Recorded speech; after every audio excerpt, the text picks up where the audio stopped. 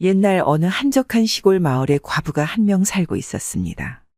그녀는 남편과 아이들을 전염병으로 잃은 후 제가하지 않고 홀로 외롭게 살고 있었습니다. 그러던 어느 날 마을에 어린 머슴이 들어왔습니다. 그는 몸이 다부지고 성격이 온순하며 부지런해서 마을 사람들의 사랑을 받는 머슴이었습니다. 그리고 그는 갑자기 과부의 집에 찾아와 집에서 일하게 해달라고 부탁했습니다. 머슴의 부탁에 과부는 잠시 고민하였는데 세경을 주지 않아도 된다는 머슴의 말에 집에서 일하도록 허락하였습니다. 그날 이후로 머슴은 과부의 집에서 일하게 되었습니다. 그리고 과부를 위해 밤낮 없이 열심히 일했습니다. 물론 말한 대로 세경은 한 푼도 받지 않았습니다. 하지만 머슴은 세경 대신 저녁에 불을 붙일 들기름만 가져갔습니다. 그러고는 매일 밤 자신의 방에서 불을 환히 밝히고는 옷을 벗고 잠을 잤습니다. 그 모습을 본 과부는 머슴이 왜 매일 밤 불을 켜고 자는지 궁금했습니다. 아니, 기름 아깝게 왜 매일같이 불을 켜고 잔단 말이냐? 이러다간 세경보다 기름값이 더 나오겠다. 그리하여 과부는 어느 야심한 밤 머슴이 곤히 잠든 틈을 타서 몰래 그의 방을 엿보았습니다. 방 안을 들여다보니 벌거벗고 잠을 자고 있는 머슴의 모습이 보였는데 너무나 해괴망측하고 낯선 모습이라 과부는 화를 내며 돌아갔습니다. 아이고, 남사스러워라. 옆방에 여인네가 있는데 어찌 저리 불을 환히 밝히고 아무것도 입지 않고 자빠져 잔단 말이냐? 아이고, 남사스러워라. 과부는 머슴이 왜 이렇게 행동하는지 궁금했습니다. 그래서 그녀는 다음날 저녁에도 머슴의 방을 엿보러 갔습니다. 그리고 전날과는 달리 아예 방 안으로 들어가서 잠을 자고 있는 머슴을 물끄러미 쳐다보았습니다. 머슴은 과부가 들어온 것을 아는지 모르는지 그저 발가벗은 채로 세상 모르게 잠을 잘 뿐이었습니다. 왜 매일같이 불을 환히 밝히고 발가벗고 자는 거냐? 잠버릇 참 고약하구나. 곤히 자고 있는 머슴을 보고 볼이 발그레진 과부는 고개를 가로저으며 다시 뒤돌아 나가려고 했습니다. 헌데 그 순간 자고 있는 머슴의 그것이 과부의 눈에 들어왔습니다. 과부는 그것을 보고 침을 꿀꺽 삼켰습니다. 그리고 몸이 달아오르는 것을 느꼈습니다. 하지만 인내심을 발휘해 흔들리는 마음을 다잡고 짐짓 모른 척하고는 방으로 돌아가 잠을 청하려고 했습니다. 그렇지만 시간이 흘러도 잠을 이룰 수 없었습니다. 왜냐하면 벌거벗은 머슴의 모습이 자꾸만 눈앞에 아른거렸기 때문이었습니다. 마음이 심란해진 과부는 잠자리에서 일어나 바람이나 쐴 겸 외양간으로 향했습니다. 그리고 소에게 여물을 주고는 다시 방으로 돌아갔습니다. 헌데 마침 머슴이 자는 방을 지나치게 되었고 결국 음욕을 주체하지 못한 과부는 머슴의 방으로 들어갔습니다. 그리고 곤히 자고 있는 머슴에게 자신의 몸을 맡겼습니다. 그렇게 깊은 밤을 머슴과 함께 동침하게 된 과부. 그녀는 그날 이후 머슴과 함께 살기로 하였습니다. 그리고 머슴을 자신의 서방으로 기꺼이 받아들였습니다. 하지만 당시 시대상 신분 차이가 나는 둘의 관계는 많은 사람들에게 손가락질 받을 것이 뻔했기에 과부와 머슴은 자신들의 관계를 철저히 숨기며 지냈습니다. 하지만 행복한 시간도 오래가지 못했습니다. 어느 날 마을에 사는 아낙 한 명이 호미를 빌리러 왔다가 다정한 둘의 모습을 보고는 그들의 관계를 알아차렸습니다. 아니 형님, 아까 보니께 머슴에게 서방이라 부르더만 어찌된 일이요? 아니, 그게 사실. 과부는 할 수 없이 아낙에게 모든 사실을 털어놓았습니다. 그리고 다른 사람들에게는 말하지 말라고 단단히 일러두었습니다. 과부에게 모든 사정을 들은 아낙은 둘의 사이를 응원한다며 다른 사람들에게는 절대 말하지 않겠다고 했습니다. 하지만 비밀은 언젠가 밝혀지는 법. 시간이 지나자 어느새 둘의 사이를 온 마을 사람들이 알게 되었습니다. 그리고 두 사람의 얘기는 매일같이 마을 사람들의 입에 오르락내리락 하였습니다. 아니 저 과부가 혼자 살더니만 결국 음욕에 눈이 멀어 사내를 끌여들였다네. 그것도 자신의 집에서 일하고 있던 머슴을 말이야. 아무리 그래도 그렇지 어찌 저런 미천한 자를 침실로 끌어들인단 말이냐? 세상 참 잘 돌아간다 돌아가. 난 그럴 수도 있다 생각하네만. 뭐 둘이 좋아 죽겠다는데 우리가 나설 일은 아니지 않은가. 마을 사람들 중 몇몇은 그럴 수도 있다며 둘이 함께 지내는 것에 찬성했지만 대다수는 과부와 머슴을 비난하며 마을의 수치라고 말하고는 두 사람을 마을에서 쫓아내자고 말했습니다. 물론 이 얘기들은 과부와 머슴의 귀에도 들어왔습니다. 그리하여 둘은 마을을 떠날 생각도 해보았지만 정든 마을을 떠나 다른 곳에 정착하는 것 또한 힘든 일. 그래서 과부와 머슴은 둘의 사이를 인정하지 않는 마을 사람들과 대화하며 이해를 바라는 노력을 아끼지 않았습니다. 마을 사람들에게 인정받기 위해 무던히 애를 썼습니다. 그렇게 오랜 시간이 지났습니다. 많은 사람들의 눈치와 구박 속에서도 변하지 않는 그들을 보며 결국 마을 사람들의 시선도 차츰 변해갔습니다. 그리로 변함없이 노력하는 그들을 보며 처음에는 비난을 아끼지 않았던 사람들도 머슴과 과부 사이를 이해하고 인정하게 되었습니다. 그리하여 둘은 마을에서 쫓겨나지 않게 되었고 오랜 시간이 지나 마을 사람들의 축하 속에 혼인식을 올릴 수 있게 되었습니다. 그리고 평생의 동반자로서 서로 오랫동안 아끼며 행복하게 살았다고 합니다. 예전 어느 마을에 나이 많은 노총각이 살았습니다. 그는 나이가 30이 넘어서도 결혼하지 못했는데 그의 집안이 너무나 가난하여 시집을 오겠다는 여인이 없었기 때문이었습니다. 하지만 이런 사실은 그도 알고 있었습니다. 그래서 찬밥 더운 밥 가리지 않고 아무 일이나 닥치는 대로 해서 돈을 모아 장가를 가려고 했습니다. 그렇지만 그리 열심히 일해도 모아둔 돈은 편찮은 아버지의 약값으로 다 나갔기에 결국 노총각은 결혼은 포기하고 아버지를 모시며 살기로 마음먹었습니다. 그러던 어느 날 총각은 마을 건너편에 돈 많은 과부가 혼자서 살고 있다는 이야기를 들었습니다. 그는 그 소문을 듣자마자 돈 많은 과부를 꼬셔 장가가기로 마음먹었습니다. 하지만 그런 아들의 생각을 알아차린 아버지는 그에게 따끔하게 훈계했습니다. 이놈아, 아무리 과부라고 해도 우리 같은 거렁뱅이에게 시집을 오려고 하겠느냐? 막말로 우리 집에 시집 오면 먹여 살려야 하는 식구가 둘이나 늘어나는 건데. 아서라, 괜히 마음만 다친다. 아버지의 말도 일리가 있었습니다. 아무리 과부라 해도 찢어지게 가난하게 사는 집에 제가 할 이유는 없었기 때문이었습니다.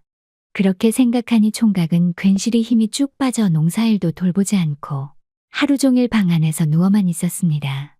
그렇게 며칠이 지나고 불현듯 좋은 생각이 난 듯 총각은 자리에서 일어나 아버지에게 말했습니다. 아버지, 이따 저와 같이 옆마을로 가시지요. 그리고 몽둥이를 하나 구해 저를 쫓아오면서 큰 소리를 내주십시오. 나이가 30 넘어서까지 장가도 못 간 모자란 놈이라고요. 지금은 아무것도 묻지 마시고 그렇게만 해주십시오. 부탁드립니다. 아버지는 자신에게 이상한 일을 시키는 아들이 못마땅했지만 필시 이유가 있겠지라는 생각에 아들 말에 따르기로 했습니다.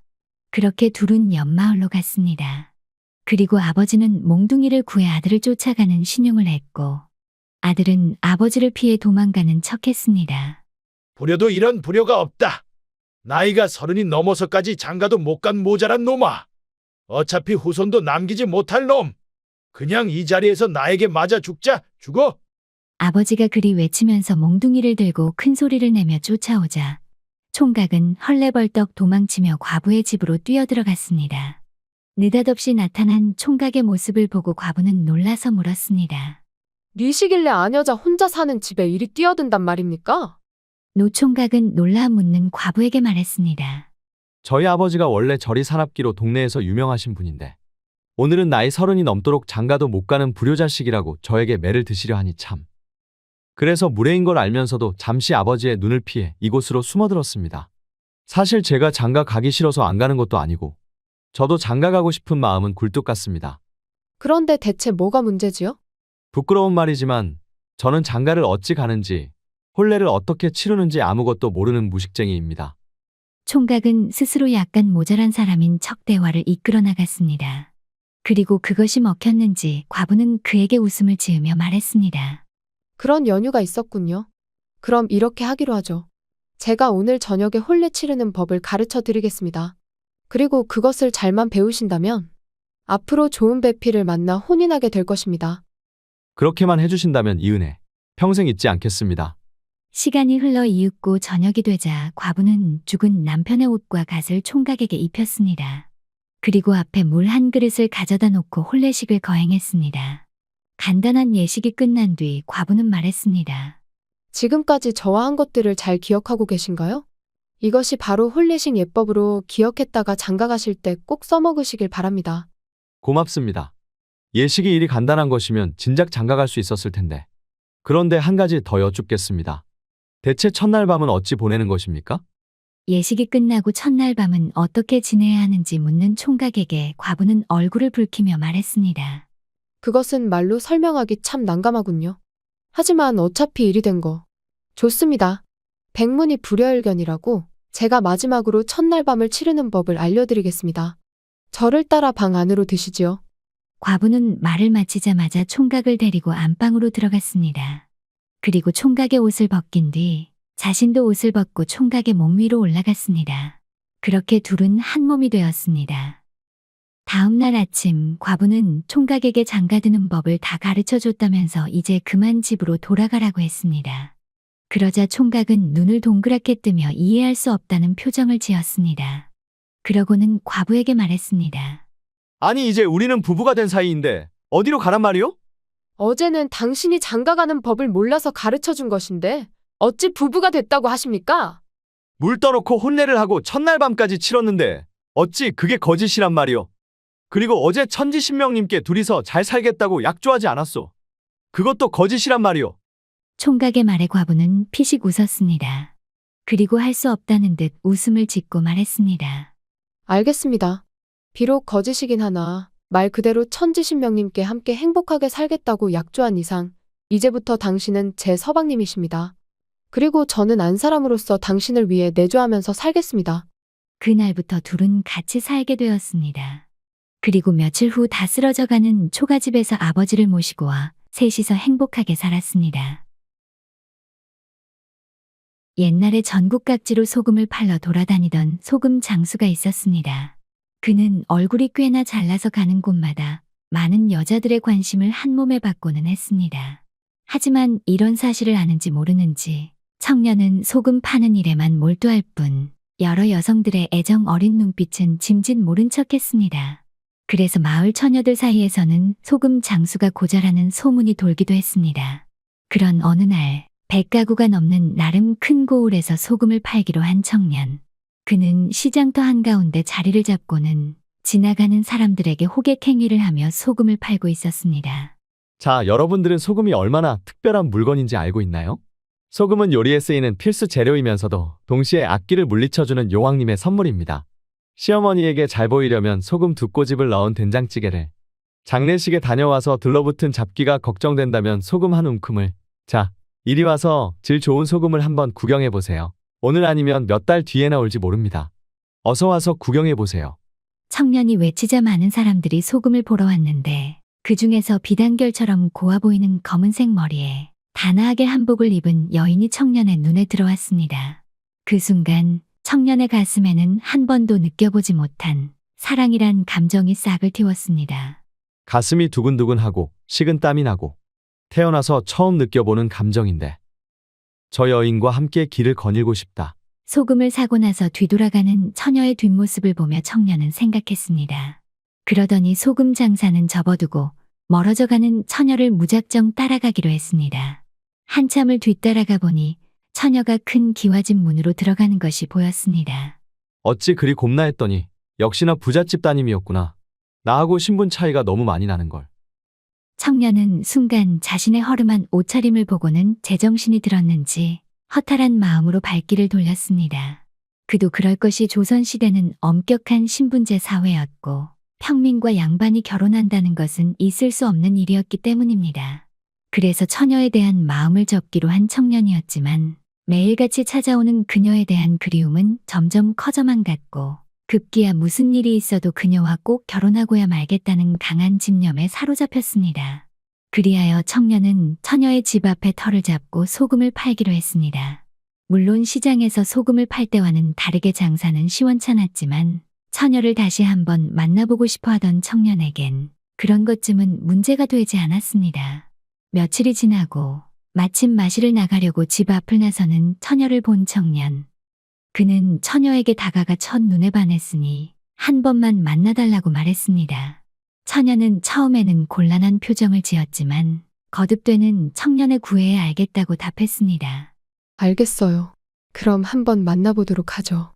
그날 밤 야심한 시각의 동네 어귀에서 만난 두 사람. 둘은 이런저런 얘기를 나누었고 처녀는 청년의 건실함과 유머 감각, 그리고 잘생긴 얼굴에 반해버렸습니다. 그날 밤 이후로 두 사람은 서로에 대한 사랑을 확인했고 연인 사이가 되었습니다. 둘의 신분 차이는 그들의 장애물이 되지 못했습니다. 그렇게 오랫동안 사랑을 키워나가던 두 사람은 어느 날 처녀의 집 여종에게 이 사실을 들켜버렸습니다. 그리고 여종은 그녀의 어머니에게 이 사실을 고했고 분노한 어머니는 처녀를 불러 말했습니다. 네가 마음이 여려 천한 것들을 사랑으로 대하는 것을 알고도 모른 척 해왔다. 왜냐하면 너의 착한 천성이 막는다고 막아지는 것이 아니라고 생각했기 때문이다. 하지만 이제 와서 그것을 막지 못했던 내 자신이 미워지는구나. 어머니, 갑자기 왜 이런 말씀을 하십니까? 네가 천한 소금 장수와 만나고 있다는 것을 다 안다. 네? 그걸 어떻게? 연유는 묻지 말거라. 다 아는 수가 있으니. 그리고 갑작스런 얘기지만 이웃 마을 최진사 댁 아들과 혼인 날짜를 잡아놨으니 그리 알 거라. 그동안 몸조심하고. 어머니, 어떻게 저에게 한마디 말씀도 없이 그리 하십니까? 말하면 그 천한 것과 헤어질 수 있겠느냐? 어머니의 물음에 처녀는 아무 말도 하지 못했습니다. 어머니는 처녀의 침묵에 혀를 끌끌 차며 내 저럴 줄 알았다라는 말을 남기고 방 안으로 들어갔습니다. 한편 매일같이 미래를 즐기던 숲에서 처녀를 기다리고 있던 총각.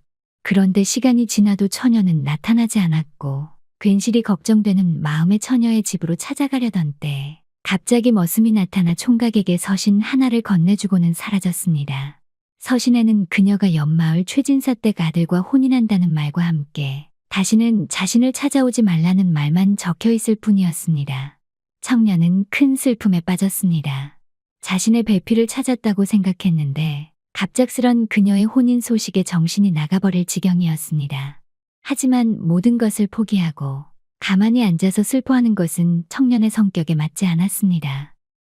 다음 날 청년은 처녀와 결혼하기로 한 최진사 어르신의 집을 수소문하여 찾아갔습니다. 그러고는 다짜고짜 머슴을 불러 도련님을 만나게 해달라고 말했습니다. 물론 머슴은 청년을 미친 사람 취급하며 내쫓으려 하였습니다. 헌데 마침 밖이 소란스럽자 무슨 일인지 알아보러 나온 도련님이 그 장면을 보고는 청년을 안으로 들이라 말했습니다. 머슴은 그의 말에 청년을 안으로 들였고 청년은 도련님을 만나자마자 지금까지 처녀와 있었던 일들, 그녀를 만나기 위해 했던 노력, 또 그녀가 자신에게 얼마나 중요한 사람인지 말했습니다. 청년의 말을 가만히 듣고 있던 도련님은 심각한 표정을 하고는 입을 열었습니다. 내 무슨 말인지 알겠네. 그리고 자네의 그런 노력에 감동한 것도 사실이고 말야. 하지만 집안 어르신들께서 약조한 것을 내가 어찌할 수는 없지 않은가. 대신 나에게 생각이 있으니 나를 믿고 내가 하자는 대로 따라와 주게. 그럴 수 있겠는가? 물론 입죠, 도련님.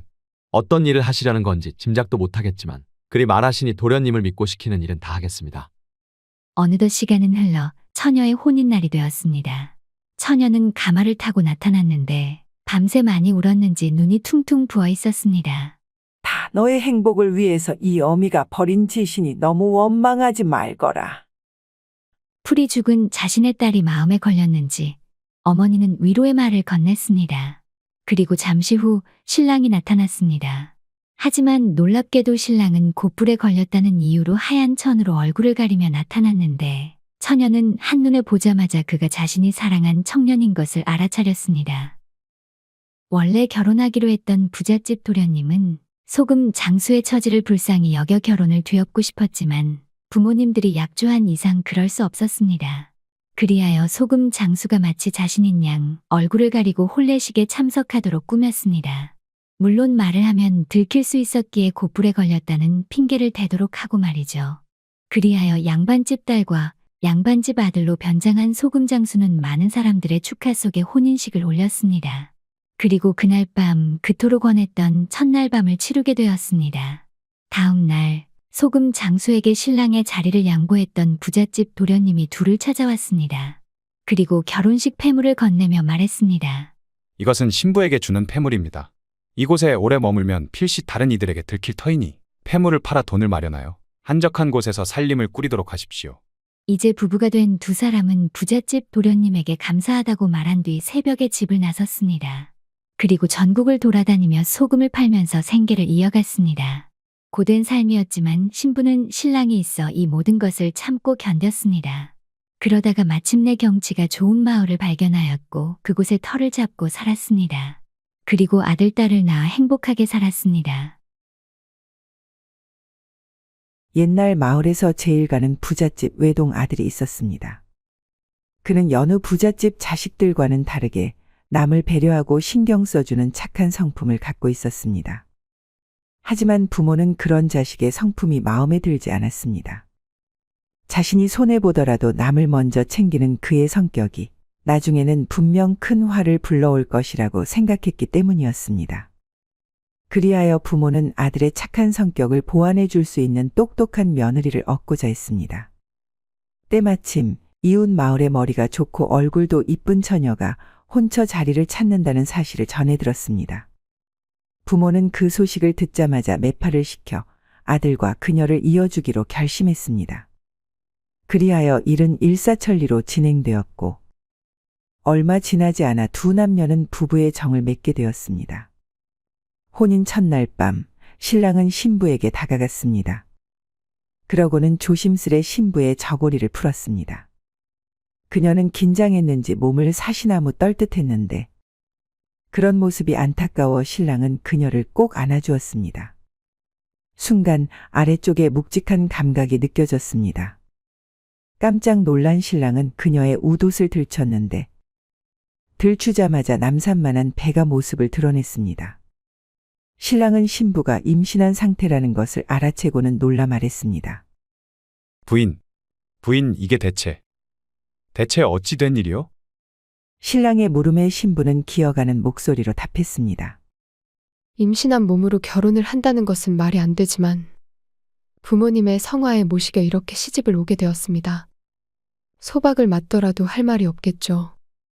대신 저를 친정으로 쫓아내실 때 제가 임신하였다는 사실을 저희 부모님께 말하지는 말아 주십시오. 저희 부모님이 알면 큰일 납니다. 제발 말하지는 말아 주십시오. 아니, 임신한 채로 결혼한 것도 말이 안 되는데 이제는 임신했다는 사실을 말하지 말고 쫓아내라는 말이요? 대체 이게 무엇이요? 그리고 이게 덮는다고 덮어지는 일이요? 서방님, 제가 죽을 죄를 지었습니다. 하라는 대로 다 해드리겠습니다. 그러니 제발 저희 부모님께 고하지만 마십시오. 닥치시오. 내 어찌 이런 여인을 내 처로 맞이했는지 내 모든 것을 당신 친정 어르신들께 다 말씀드리겠소. 서방님, 제발. 신부는 신랑의 바짓가랑이를 붙잡고는 애원하듯 말했습니다. 신랑은 기분 같아서는 그녀를 당장 내쫓고 싶었지만 구슬 같은 눈물을 뚝뚝 흘리는 모습을 보고는 마음을 쉽사리 정하지 못하고 있었습니다. 순간 신부는 얼굴을 찡그리더니 배를 움켜잡고는 매우 아픈 듯 괴로운 신음소리를 냈습니다. 신음소리의 신랑은 신부가 곧 출산할 것이라는 것을 알아차렸고 조용히 여종을 부른 다음 산파를 데려오라 말했습니다. 여종은 의아해했지만 더는 묻지 않고 밤길을 달려 산파를 데리고 왔습니다. 늦은 시각 신방에 들어온 산파는 배가 남산같이 불러곧 출산을 할 것 같은 새 신부를 보며 놀라 말했습니다. 아이고, 내 평생 살면서 이런 해괴한 일은 처음 봅니다. 남산만한 새 신부의 모습이 어찌 이리 볼상사나운지. 산파는 금방이라도 쌍욕을 내뱉을 듯한 표정을 지었지만 표정과는 다르게 조심스런 손짓으로 새 신부의 가랑이에 손을 갖다 댔습니다. 시간이 흐른 뒤 산파의 주름진 손에 건강한 사내 아이가 들려 나왔습니다. 아이가 건강히 태어나자 신랑은 산파와 여종에게 이 일은 비밀로 해달라고 말한 뒤 그들을 돌려보냈습니다. 그러고는 한숨을 내쉬었습니다. 산모가 건강하게 아이를 낳은 것은 기뻤지만 한편으로는 이 일을 어찌해야 하나라는 걱정이 앞섰기 때문이었습니다. 그리하여 한참을 골똘히 생각하던 그는 자리에서 일어나 아이를 포대에 감싼 뒤 몰래 밖으로 나갔습니다. 그러고는 길 옆 안전한 곳에 숨겨놓았습니다. 서방님, 아이는 대체 어찌하고 혼자 들어오시는 겁니까? 아이를 데리고 나가 혼자 들어오는 신랑을 보고 신부는 놀라 말했습니다. 다 내게 생각이 있어. 나를 믿고 따라주시오.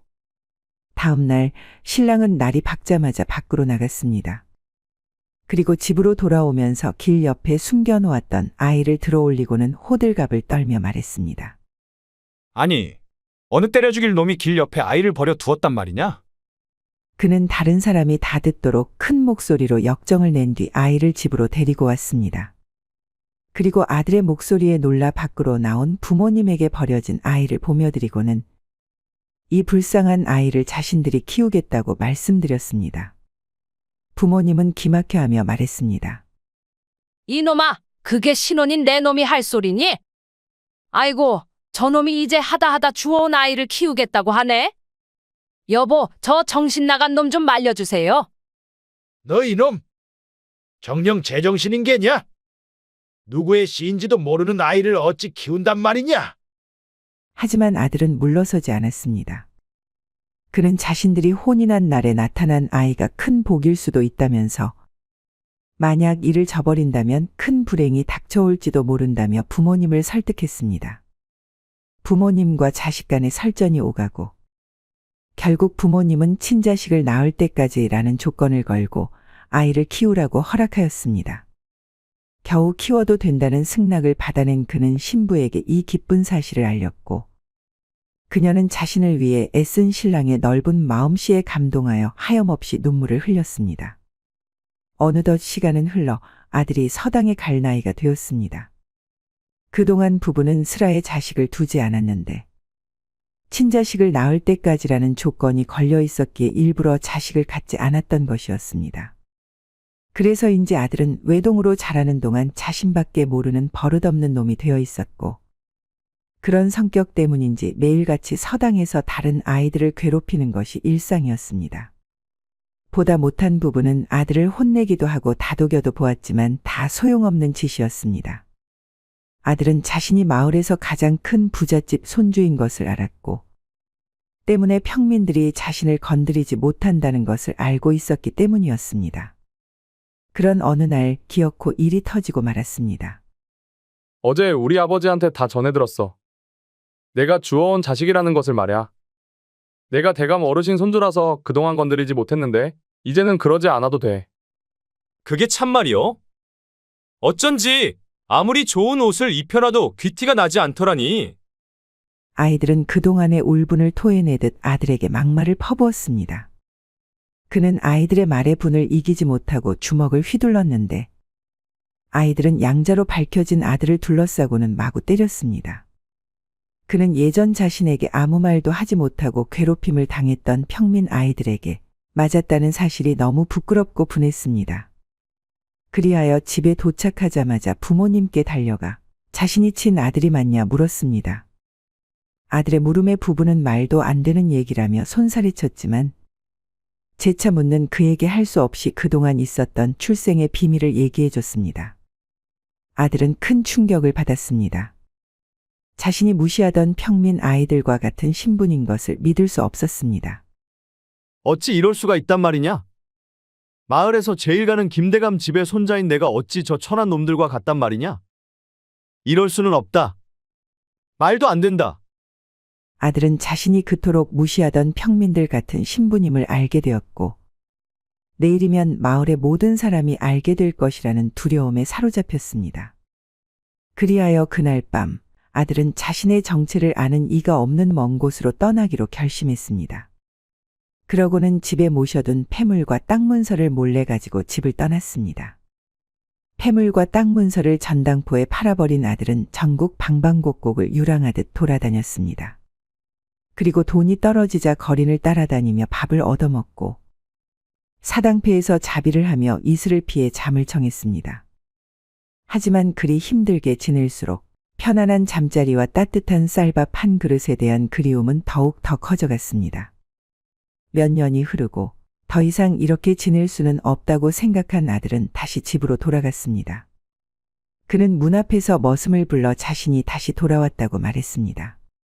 하지만 문을 열어 아들의 얼굴을 확인한 머슴은 그의 행색을 보고는 얼굴을 찌푸리며 말했습니다. 난 또 누구라고? 몇 년 만에 어디서 굴러먹다 왔는지. 더러운 몰골을 하고선 어딜 들어오려 하느냐? 썩 꺼지거라. 내 놈은 더 이상 이 집의 도련님이 아니다. 아니 이놈이 어디서 더러운 주둥이를 그리 놀리느냐? 몇 년 만에 바뀌었으니 벌써 나를 잊었느냐? 더러워? 더러운 건 내 어미니라. 주인 어른이 다 말씀하셨다. 내 어미가 임신한 채로 시집와서 나왔는데 차마 마음에 걸려 내쫓지도 못하고 자신의 아들처럼 키웠다고 말이다.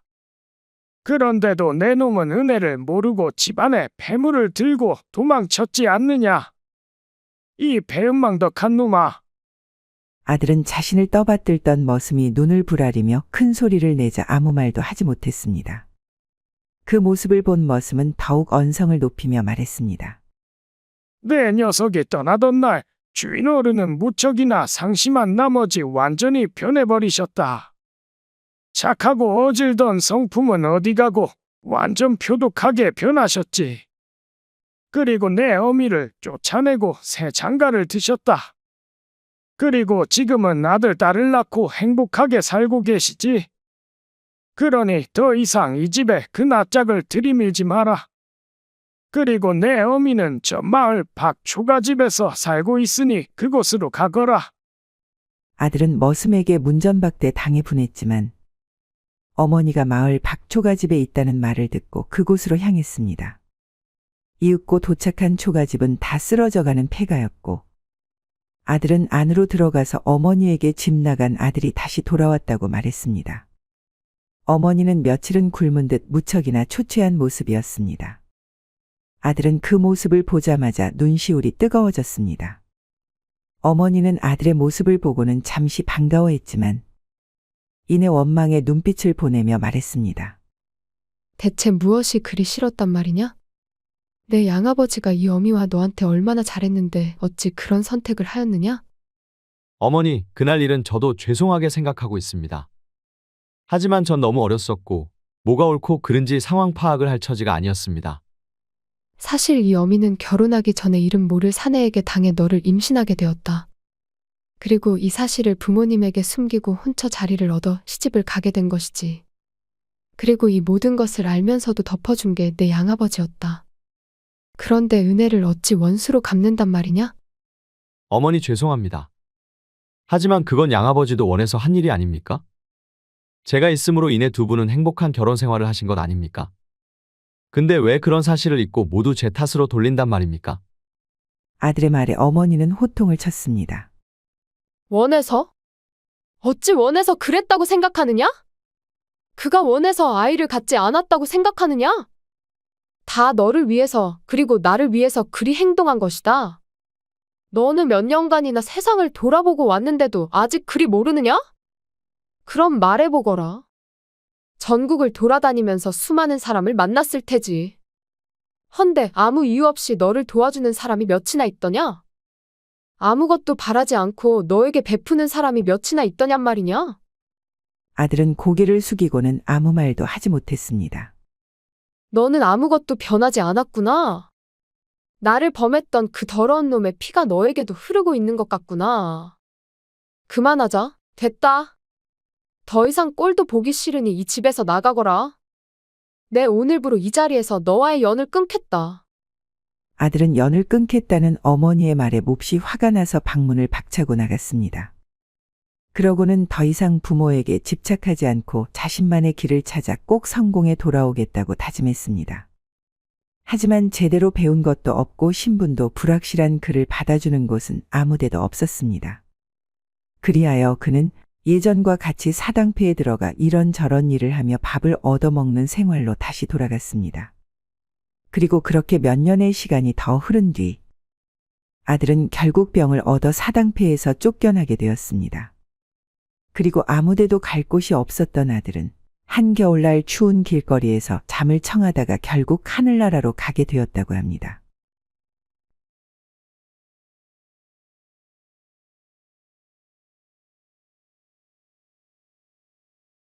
옛날 외모가 빼어난 과부가 살고 있었습니다. 그녀는 신혼 초 남편을 병으로 잃은 뒤 오랫동안 혼자 살고 있었는데 그래서인지 가끔씩 청승맞게 혼자 살고 있는 자신의 처지가 안타깝게 느껴졌습니다. 그리고 그런 날이면 어김없이 남편의 무덤에 찾아가 자신을 왜 혼자 두고 떠났냐며 울분을 토하며 울곤 했습니다. 그날도 과부는 외로움에 지쳐 남편의 무덤에 찾아가 목 놓아 슬피 울고 있었습니다. 마침 길을 가던 한 청년이 혼자 울고 있는 과부를 보았습니다. 과부가 슬피 우는 것을 본 청년은 안쓰러운 마음도 들었지만 한편으론 그녀의 빼어난 외모에 반해 어떻게든 그녀와 이야기를 나누고 싶었습니다. 그리하여 한참을 주저하던 청년은 갑자기 무슨 용기가 났는지 과부의 옆으로 다가가 털썩 주저앉았습니다. 그러고는 그녀를 따라 목 놓아 슬피 울기 시작했습니다. 과부는 갑자기 나타나 자신의 옆에서 서럽게 우는 청년을 보고는 깜짝 놀랐습니다. 무서운 마음도 들었습니다. 하지만 한편으로는 갑자기 나타나 울음을 터뜨리는 청년이 궁금하기도 했습니다. 그리하여 그녀는 우는 것을 멈추고는 청년에게 물었습니다. 저는 죽은 남편이 그리워서 이렇게 무덤 앞에서 울고 있는 것인데 댁은 누구시길래 갑자기 제 옆에 앉아 그리 슬피 우는 것입니까? 과부의 물음에 청년은 말했습니다. 사실 내 처가 죽은 지 얼마 되지 않았는데 마침 이곳을 지나가다 아주머니께서 서러워 슬피 우는 모습을 보니 저도 모르게 울음이 터져 나왔습니다. 그런가요? 처음에는 이상한 사람이라 생각했는데 알고 보니 저와 같은 아픔을 겪고 계시는 분이시군요. 과부는 청년의 처지가 자기와 같은 것을 알자 안타까운 마음이 들었습니다. 청년은 과부의 말에 우는 것을 멈추고는 말을 이어나갔습니다. 죽은 제 부인은 저와 천생연분이었습니다. 주위 사람들 모두 진정한 배필을 찾았다며 저를 부러워했죠. 그도 그럴 것이 저와 모든 것이 잘 맞았기 때문이었습니다. 심지어 그 속궁합까지 말이죠. 속궁합이요? 네. 이리 말하기는 그렇지만 혼인한 첫날 밤 후로 한 번도 빠짐없이 남녀의 정을 나눌 정도였으니 말 다 했죠. 과부는 그의 말에 놀라 얼굴을 붉히고는 물었습니다. 매일같이 함께 사랑을 나누었다는 말인가요? 어떻게 그럴 수가 있죠? 제가 원체 체력이 좋아서 예전부터 저작거리의 변강세라고 불리던 놈이었습니다. 그리고 제 아내도 예전부터 옥녀라고 불리던 여성이라 매일같이 사랑을 나누는 것은 그리 어렵지 않은 일이었죠. 다만 그런 저를 제대로 받아줄 사람이 있어야 하는 법인데 이제는 저와 잘 맞던 아내도 하늘나라로 가고 이를 어찌해야 할지. 과부는 청년의 말에 침을 삼키고는 그를 천천히 위아래로 훑어보았습니다. 청년은 얼굴도 반반하고 체격도 좋아 힘 꽤나 쓸 것 같이 보였습니다. 그리하여 과부는 자리에서 일어나 청년의 손을 잡고 말했습니다. 당신이나 나나 같은 처지네요. 그렇기에 이렇게 서로 잃어버린 이들을 위해 곡을 하고 있는 것이지요. 하지만 구천에서는 곡소리조차 들리지 않을 터인데 이리 슬퍼해도 이룰 것이 없으니 대신 살아있는 저희 둘이 함께 잘 살아보는 것 또한 나쁘지 않을 것 같네요. 과부의 말에 청년의 얼굴에는 화색이 돌았습니다. 그리하여 과부의 손을 잡고 일어나 함께 집으로 돌아갔습니다. 그리고 밤새 남녀의 정을 나눈 뒤 그 날부터 함께 살기 시작했다고 합니다. 늦은 밤 길거리에 주막으로 한 선비가 들어갔습니다. 그는 짐을 풀고 국밥 한 그릇을 시켜 먹고 있었는데 먹는 내내 주인 안악에게 눈을 뗄 수가 없었습니다. 그녀의 외모가 빼어나서인지 자신도 모르게 자꾸 그녀에게 눈길을 보내고 있던 것이었죠. 하지만 주모는 선비가 싫지만은 않았는지 그때마다 웃음으로 화답하였습니다. 그러고는 선비가 밥을 다 먹고 나자 살며시 옆으로 다가와 이따 자정에 자신의 방으로 오라며 넌지시 선비를 유혹했습니다. 깊은 밤 선비는 주인 안악의 방으로 몰래 들어갔습니다.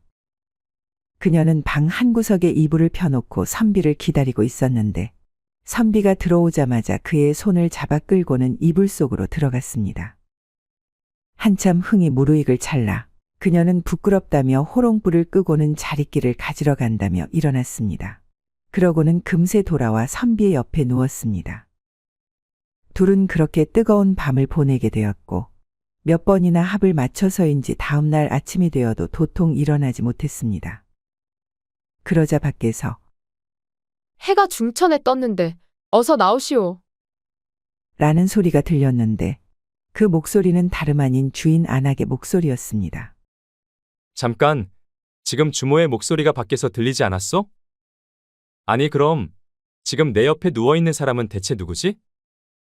선비는 천천히 고개를 들어 옆에 누워있는 여인을 쳐다보았는데 그녀는 얼굴 한쪽이 일그러지고 두 눈이 멀어 차마 눈뜨고 쳐다볼 수 없는 외모의 젊은 안악이었습니다. 아니 이게 대체 뭔 일이오? 깜짝 놀란 선비는 황급히 옷을 챙겨 입고는 밖으로 나갔습니다. 밖에는 어제 보았던 주인 안악이 웃으며 그를 기다리고 있었는데 화가 머리끝까지 난 선비가 그녀를 향해 소리쳤습니다. 네. 내 년이 날 속였구나. 이런! 찢어 죽여도 시원찮을 년. 선비의 환한 목소리에 주인 안악이 말했습니다. 그리 화내지 마십시오. 선비께서는 그저 병든 여인에게 남녀간의 일을 처음 알게 해주셨으니 앞으로 큰 복을 받을 것이다. 라며 좋게 생각하십시오. 그리고 인연이 되어 아이를 갖게 된다면 반드시 훌륭한 자식을 얻게 될 것입니다. 그러니 노여움을 푸십시오. 사실 주인 안악의 동생은 어려서부터 나병을 앓아 얼굴이 몹시 추하게 변했습니다. 그래서 나이가 먹도록 시집도 못 가고 남자도 모른 채 늙어가고 있었죠. 그러다 때마침 얼굴이 잘생기고 키가 훤칠한 선비가 자신을 유혹하자 그에 넘어가는 척하면서 동생을 대신 들여보낸 것이었습니다. 하지만 주인 안악의 말에도 선비는 화가 풀리지 않았습니다. 그래서 그는 아침밥도 먹지 않고 곧바로 짐을 챙겨 주막을 떠나버렸습니다. 시간이 흘러 10여 년 뒤 선비가 일이 있어 다시 그 주막 앞을 지나가게 되었는데 그는 예전 일의 앙금이 남아있어서인지 그곳에 묵지 않고 옆집에 묵었습니다. 그러면서 선비는 일 때문에 이리저리 왔다 갔다 하며 주막을 힐끔힐끔 훔쳐보았는데 그곳에는 빼어나게 잘생긴 아이가 한 명 있었습니다. 아이는 주인 안악을 도와 과객들에게 음식을 나르고 있었는데 하는 행동이나 말투가 예사 아이와는 다르게 귀티가 났습니다. 문득 선비는 아이의 정체가 궁금해졌습니다. 그리하여 집주인에게 넌지시 주막집 아이에 관해 물었죠. 그러자 집주인이 말했습니다. 저 아이는 주막집 주인 동생의 아들인데 성이 없는 것으로 합니다. 성씨가 없는 아이라고? 어찌 성이 없단 말이오? 그게 주막집 주인의 여동생이 몹쓸 병을 앓아서 얼굴이 그 요괴처럼 흉측하게 변했습죠. 그래서인지 가까이 하는 사람이 아무도 없었습니다. 물론 시집도 못 갔지요.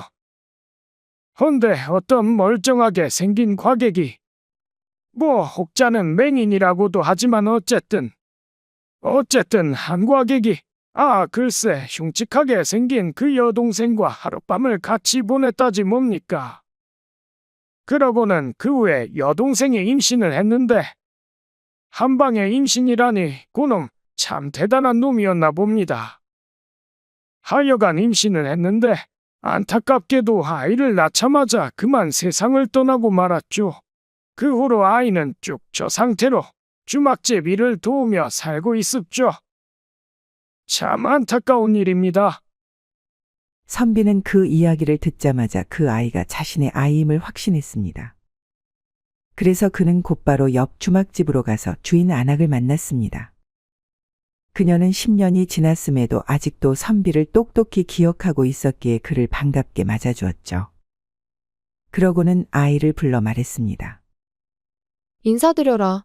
너의 친아버지시니라. 아이는 당황해하며 눈을 동그랗게 뜨곤 어쩔 줄 몰라 했습니다. 자신을 낯설어하며 우물쭈물하는 아이를 선비는 꼭 안아주었습니다. 그러고는 주인 안악에게 말했습니다. 이 아이가 그날 밤의 일로 인해 태어난 내 자식이 맞소? 정말로 내 친아들이 맞냔 말이오. 네, 선비님. 그날 밤의 일로 인해 태어난 선비님의 친아들입니다. 선비는 한동안 아이를 꼭 끌어안았고 이내 정신을 차리고는 주인 안악에게 물었습니다. 친어머니는 죽었다고 들었는데 대체 어찌 된 일이오? 주인 안악은 눈시울을 붉히며 말했습니다. 사실 그녀는 수년간 앓고 있던 지병으로 인해 몸이 몹시 허약해진 상태였습니다. 그래서 산파가 아이를 낳지 말자고 낳으면 어미의 목숨이 위험하다 말렸는데 동생은 절대 아이를 포기할 수 없다고 말했습니다. 그리고 아이를 품에 안아보지도 못하고 세상을 떠났죠. 그 말에 선비는 슬픈 표정을 지었습니다. 그러고는 아들을 보고 무엇인가 결심한 듯 주인 안악에게 말했습니다. 내 비록 형편은 넉넉치 않으나 사내 아이 하나를 키울 정도의 재력은 되어. 그러니 이 아이가 내 친자식인 것을 안 이상 가족 하나 없는 이곳에서 지내게 놔둘 수 없소. 그러니 아이는 내가 데려가도록 하겠소. 그대도 이해할 것이라 믿소. 주인 안악은 그것이 도리에 맞는 일이라며 순순히 자신의 조카를 선비에게 맡겼습니다. 선비는 그 길로 아들을 데리고 자신의 집으로 갔습니다.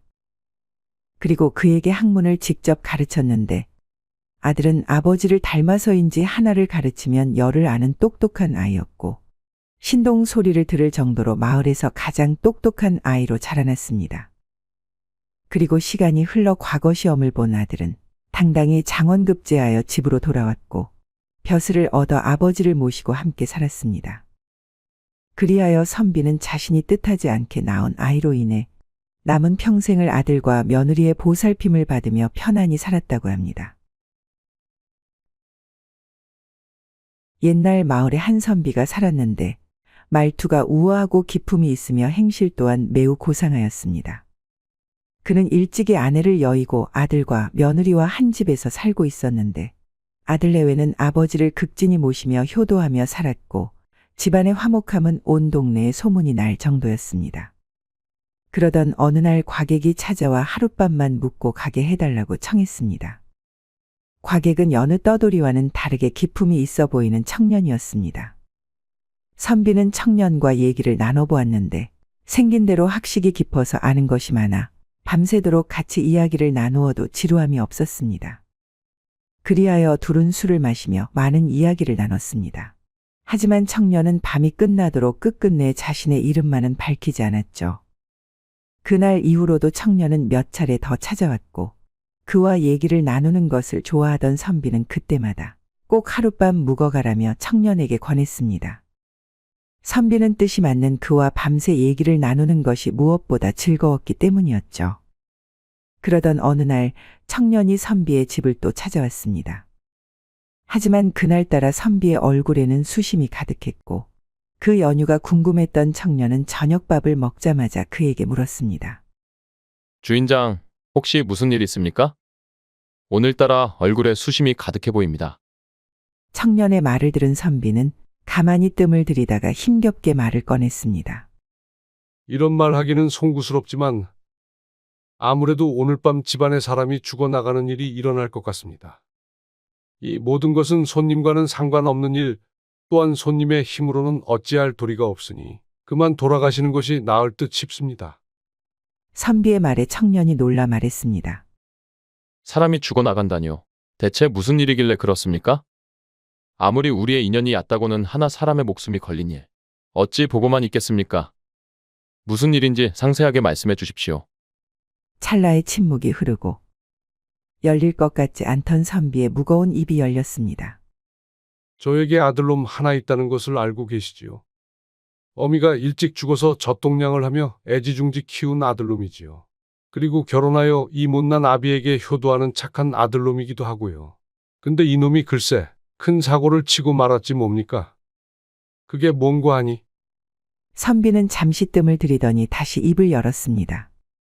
그놈이 글쎄 마을에서 제일 가는 부잣집 며느리와 정을 통하다가 발각됐지 뭡니까? 물론 그 때문에 자식놈이 벌 받는 것은 그러려니 하겠는데 부잣집 대감이 그 사실을 알고서 아들놈을 벌하는 대신 우리 집 며느리를 데리고 가겠다지 뭡니까? 며느리, 우리 며느리가 대체 뭔 죄를 지었답니까? 죄 지은 사람은 가만히 놔두고 엄한 사람을 벌주는 격이지요. 그리하여 오늘 밤 그 대감놈이 오면 낫을 들고 내가 죽나 결판을 낼 참이었습니다. 그러니 신경 쓰지 마시지요. 선비의 말을 듣고 있던 청년이 말했습니다. 설마 그 대감이 그렇게까지 하겠습니까? 겁을 주려고 엄포를 놓은 것 아니겠습니까? 그 사람은 동네에서 모질고 사납기로 소문난 사람입니다. 분명 반드시 이곳으로 와서 저희 집 며느리를 데리고 갈 것입니다. 그 말을 들은 청년은 미간을 찌푸리더니 잠시 바깥에 볼 일이 있어 다녀오겠다며 집을 나섰습니다. 잠시 후 밖에서 사람들의 웅성거리는 소리가 들렸습니다. 그 소리에 선비는 밖으로 나갔는데 집 앞에는 노비 서너명과 함께 온 부잣집 대감의 모습이 보였습니다. 대감은 말했습니다. 남의 집 며느리를 건드린 죄 주고 마땅하다는 것을 알고 있겠지.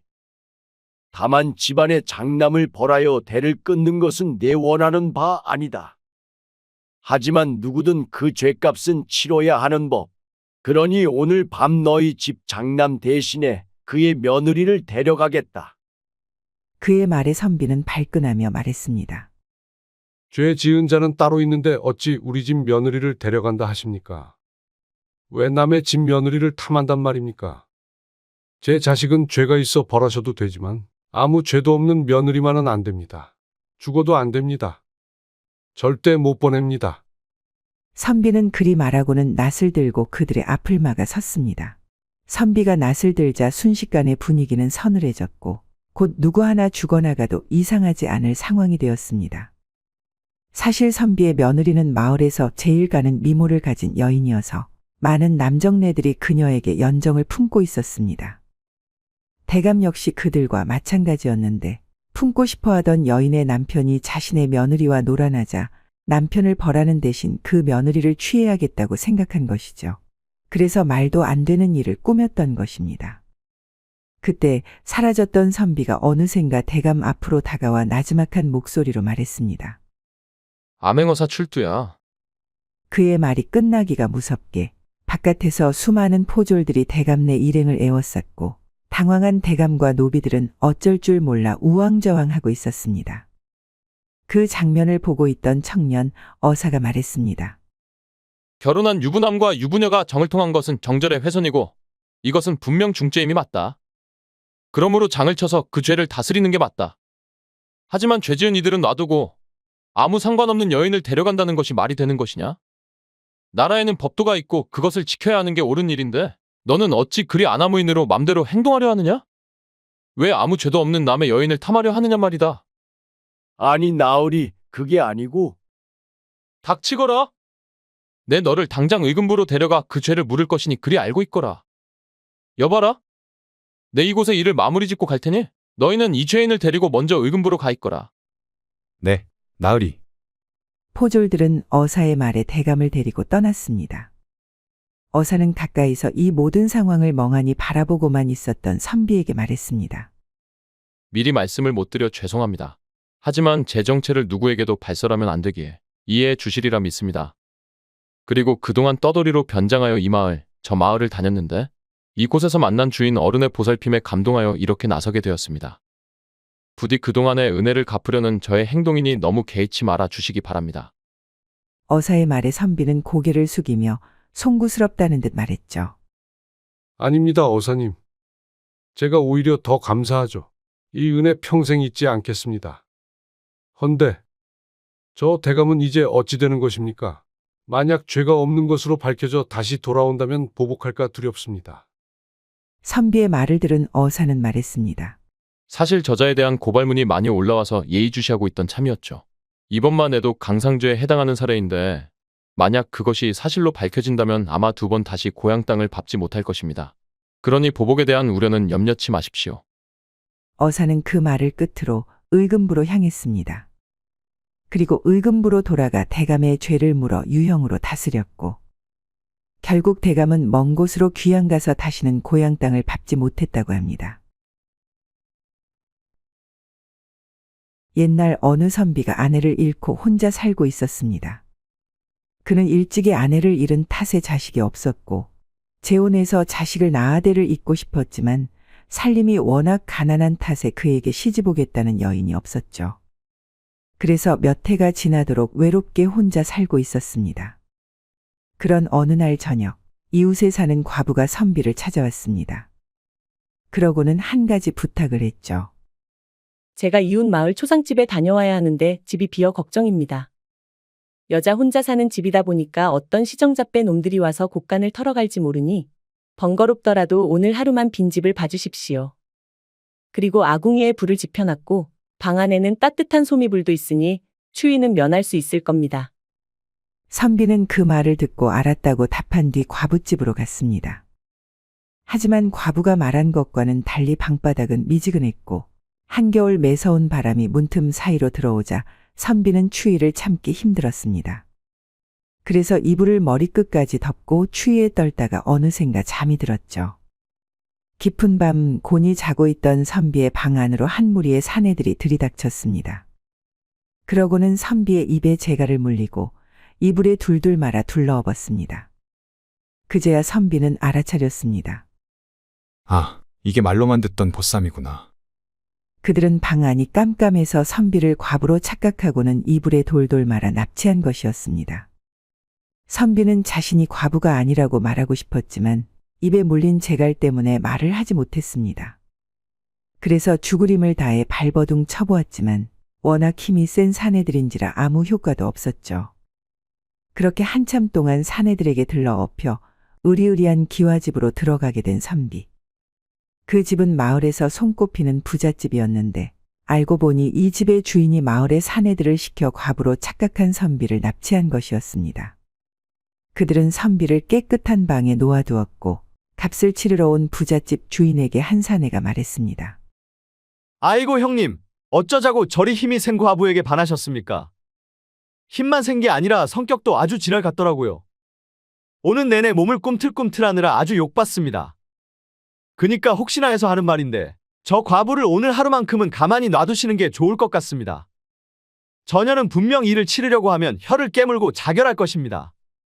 그러니 너무 서두르지 말고 천천히 구슬리는 편이 좋을 것 같습니다. 사내의 말을 들은 집주인은 한참을 생각했습니다. 그러더니 노비를 시켜 여동생을 불러오고는 말했죠. 이 오라비도 언제까지 이리 혼자 살 수는 없잖느냐. 그래서 마을에서 제일 가는 미모의 과부를 보쌈해 왔는데 아주 성격이 불같아서 어찌할 바를 모르겠다. 그러니 내가 오늘 하루만 저 여인과 같이 자면서 살살 구슬려 보거라. 이 오라비를 칭찬하면서 함께 살자고 꼬셔보라는 말이다. 알겠습니다, 오라버니. 사실 집주인의 여동생 또한 일찍 남편을 잃고 수절하고 있었습니다. 그래서 예전부터 홀로 지낸 오라버니의 외로움을 누구보다 잘 알고 있었죠. 그리하여 여동생은 방 안으로 들어간 뒤 옷을 벗고는 방 안에 불을 껐습니다. 그리고 말려있던 이불을 피고 선비의 옆에 누워 말했습니다. 저희 오라버니는 일찍이 올케 언니를 잃고 홀로 외롭게 살았습니다. 자식은 하나 있는데 작년에 장가를 보냈고요. 그래서 그런지 얼마 전부터 자꾸 외롭다는 말을 입에 달고 살더니만 결국 이 사단이 낫지 뭡니까? 여인은 계속 말을 이어나갔습니다. 그리고 이런 외로운 마음을 과부인 언니도 잘 알 거로 생각합니다. 그래서 하는 말인데 이왕 일이 이렇게 된 거 저희 오라비와 새살림을 꾸리는 것이 어떠하신지요? 비록 나이는 많지만 가진 것이 많아서 평생을 편안하게 사실 수 있습니다. 그리고 우리끼리 하는 말이지만 만약 오라버니가 돌아가시기라도 한다면 이 모든 재산은 언니의 것이 된답니다. 어떠십니까? 제 말에 구미가 당기십니까? 선비는 여인의 목소리를 듣자마자 단번에 그녀가 누구인지 알아차렸습니다. 그녀는 바로 자신이 좋아하던 최진사 댁 둘째 딸이었죠. 사실 과부로 착각하여 잡혀온 선비는 같은 처지인 그녀를 일찌감치 마음에 두고 있었는데 부잣집 딸이었던 그녀를 넘본다는 게 언감생심이라 생각하여 이러지도 저러지도 못하고 애만 태우던 참이었습니다. 자신의 처지가 너무 공공하여 쉽사리 다가가지 못하고 있었던 것이죠. 한데 보쌈당에 온 집에 그토록 권했던 그녀가 자신의 옆에 누워있다니. 선비는 이것이 운명이라 생각했습니다. 그래서 그는 입에 물린 재갈을 풀고 누워있는 그녀의 손을 꼭 잡았습니다. 그러고는 그녀를 힘껏 껴안았습니다. 여인은 말했습니다. 언니, 왜 이러세요? 선비는 말했습니다. 나는 당신의 오라비가 사랑하는 과부가 아니오. 단지 그 옆집에 사는 이생이라오. 아, 여인은 그제야 선비가 누구인지 알아차렸습니다. 그래서 그를 뿌리치고 밖으로 나가고 싶었지만 오랜만에 느껴보는 남자의 넓은 가슴과 굵은 팔뚝에 그만 넋을 잃고 말았습니다. 그리하여 그녀의 생각과는 반대로 몸은 선비의 품속으로 더욱더 파고들 뿐이었습니다. 선비도 그런 그녀의 마음을 알았는지 그녀를 더욱 세게 껴안았고 곧 둘은 하나가 되었습니다. 둘이 사랑을 나눈 다음 날 선비는 일부러 오래도록 일어나지 않았습니다. 그러자 애가 탔는지 집주인이 문 밖에서 여동생을 불렀는데 여동생은 청년의 가슴팍에 안겨 볼멘 소리로 대답하였습니다. 오라버니, 어쩌자고 힘들게 사람을 둘러엎고 와서는 억지로 매부를 삼나요? 집주인은 무슨 소린가 하여 잠시 어리둥절하고 있었는데 선비가 방문을 열고 나와 말했습니다. 내가 매부를 구한다면 응당상의에서 혼례를 올릴 일이지. 어쩌자고 한밤중에 위협을 가하여 사대부에게 모욕을 주느냐? 내 당장 관청에 고하면 내가 살 수 있을 것 같으냐? 집주인은 그 말을 듣고 사람을 잘못 데리고 왔구나. 그리고 하필이면 사대부 집안의 선비를 데려와서 이 사달이 났구나. 라며 후회했습니다. 하지만 이미 엎질러진 물. 그는 땅에 엎드려 죽을 죄를 지었다고 한 번만 봐달라며 선비에게 애원했습니다. 오라버니가 엎드려 비는 것을 본 여동생은 말했습니다. 이제 한 가족이 됐는데 좀 봐주세요. 서방님. 마누라가 그리 청한다면 내 안 들어줄 이유가 없지 않은가. 대신 처남에게 부탁이 있는데 우리가 함께 살 수 있게 재산을 좀 나눠주지 않겠나? 말해 뭐하나요? 당연히 오라버니는 그리 하실 겁니다. 아끼는 여동생이 재혼하는데 빈손으로 보낼 리 없으니까요. 그리하여 선비는 집주인을 관아에 고발하지 않는 대신 그에게 얼마간의 재산을 나누어 받아 그의 여동생과 혼인하여 새 살림을 차렸습니다. 그리고 둘 사이에 떡두꺼비 같은 아들을 낳아 평생을 행복하게 살았다고 합니다.